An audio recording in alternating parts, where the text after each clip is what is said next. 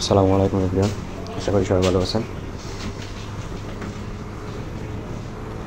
তো নতুন একটি ভিডিওতে আবার আপনাদেরকে স্বাগতম। তো আমি এখন আছি আলা রায়ান রোডে। এটা হচ্ছে গাতামের অন্যতম একটি সুন্দর রাস্তা। এই রাস্তা দিয়ে একদম আপনি চলে যেতে পারবেন প্রায় 100 কিলো, নন স্টপভাবে চলে যেতে পারবেন দোকান। আর আজকে রাস্তাতে প্রচুর পরিমাণে গাড়ি দেখা যাইতেছে, একটু বেশি ভিড় দেখা যাইতেছে আজকে। স্কুল ছুটির টাইম তো ওই কারণে একটু বেশি পরিমাণে গাড়ি এখন এদেশে স্কুল ছুটির টাইমে একটু গাড়ির সংখ্যা বেশিই থাকে। আর ডান পাশে যেই বাড়িগুলো দেখতে পাচ্ছেন, এটা হচ্ছে আল রায়ান ভিলেজ। এটা হচ্ছে কাতারের শেখ ফয়সাল ওর কম্পাউন্ড। আর তাছাড়া এখানে তার একটা ভিলা আছে, ভিলা নাম্বার 9। ওইখানে ওরা নিয়ে গেলেই টাকা পাওয়া যায়। আর ওই ভিলাটার সামনে একটা ল্যাম্বরগিনি, 2টা রোলস রয়েস, ম্যাকলান, সব ধরনের গাড়ি রাখা। তো ডান পাশে যে দেখা যাইতেছে রাস্তার সাইড দিয়া, এখানে একটা মেট্রো স্টেশন। বিশ্বকাপ খেলার সময় এই দিক দিয়ে আমরা হাইটে হাইটে আসছিলাম, গাড়ি পাইছি না বলে। মেট্রোর যে বাস, ওই বাসে জায়গা পাওয়া যেত না, তাই বলে আমি আর আমার কাকা আমরা হাইটে হাইটে চলে আসছিলাম একটু দূর। আমাদের রুম থেকে 2 কিলো দূর হইব। বিশ্বকাপ টাইমে এইখানে প্রচুর পরিমাণ মানুষ ছিল। আর এখন আমি ফ্লাইওভারে চলে যেতেছি। দেখেন, আমি যে ফ্লাইওভার দিয়ে যেতেছি এর উপর আরও একটা ফ্লাইওভার আছে। আর এই ফ্লাইওভারটার যাওয়ার পথে আর ওই পাশ দিয়ে আওয়ার পথে ওইখানে একটু জায়গা, রাস্তাটা আর কি একটু ভাঙ্গা আছে। তো এই দেশে যে আমরা যে ওয়েস্ট বেঙ্গল করি, ওই ওয়াজের মধ্যে আর কি সতর্কতা দেওয়া যায়, কিন্তু ওই রানিং অবস্থায় আর কি দেওয়া যাইতেছে না। ওই জায়গাটার মধ্যে সামনে চাকা চলে যায় তাহলে একটা বড় দুর্ঘটনা হয়ে যাবে। আমি একটা অর্ডার নিয়ে চলে যেতেছি। আমি এখন রায়ানের মধ্যে। আমি বরাবরই সবসময় চেষ্টা করি 3 নম্বর লেনে থাকতে ডিউটি অবস্থায়।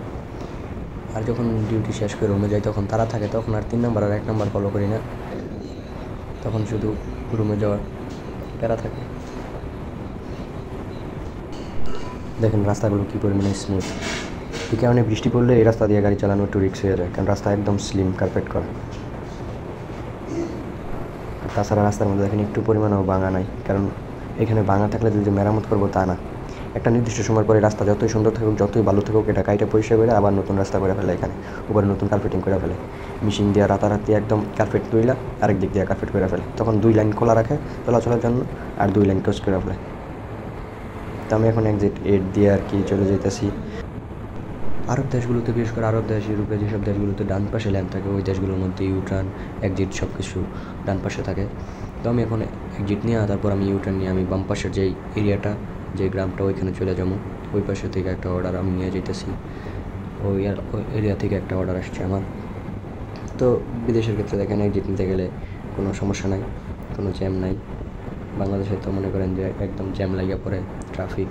তো দেখেন আমি কত সহজে এক্সিট নিয়ে নিলাম। আর ডান পাশে যে দেখেন খেজুর গাছগুলো, মরুভূমির মধ্যে এত পরিমাণে খেজুর হয়, এটা আরব দেশে না আসলে বোঝা যেত না।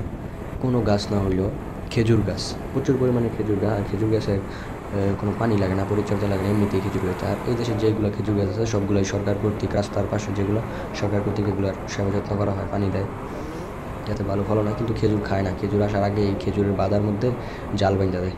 তো আমি যে এখন ইউটার্ন নিয়ে গেলাম, দেখেন এখানে একটা সিগন্যাল আছে, সিগন্যালটা এখন গ্রিন আছে। যখন এই লেনটা সিগন্যাল ওপেন থাকবে, তখন ওই ইউটার্নের সিগন্যালটা ক্লোজ থাকবে, রেড থাকলে ওইখানে অপেক্ষা করতে হবে। তো দেখেন আমি কত সহজে ওইখান থেকে ইউটার্নটা নিয়ে নিলাম। আর বাংলাদেশে হইলে দেখতাম এখানে রিক্সা ঢুকাই দিছে, অটো ঢুকাই দিছে, কি একটা অবস্থা হইতো। আর এখান থেকে বিদেশে এই কারণে এখানে কোনো জ্যামজট নাই একদম। আর এই যে দেখেন আমি এখন সাইডে একটা গ্রামের ভিতরে ঢুকতেছি। আর কাতারের 80% যতটুকু মাড়ি আছে তার মধ্যে 80%ই নাকি এই রাস্তা। আর যে রাস্তাগুলো দেখেন এরকম কার্পেট করা, এরকম সুন্দর রাস্তা সব দিকের। আর হচ্ছে যে এরকম ইটের ডান পাশে যেমন ইটের সিলিং, এরকম বাড়ির সামনে ইটের সিলিং করা। আর পুরোটাই বেশিরভাগ রাস্তা